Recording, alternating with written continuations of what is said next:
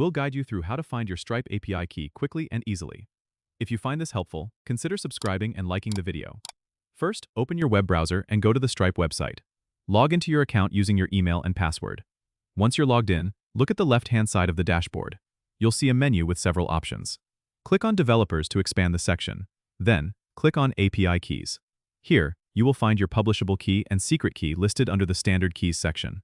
Be sure to use the publishable key for client-side requests and the secret key for server-side requests. If you need to reveal your secret key, click the Reveal Live Key Token button next to it. But keep in mind that this key should be kept confidential to ensure the security of your transactions. If you're working in a test environment, make sure you switch to View Test Data to access the test keys. This is done by toggling the View Test Data option at the top of the page. Using test keys won't affect your live transactions, so it's a great way to test your integration without any risk.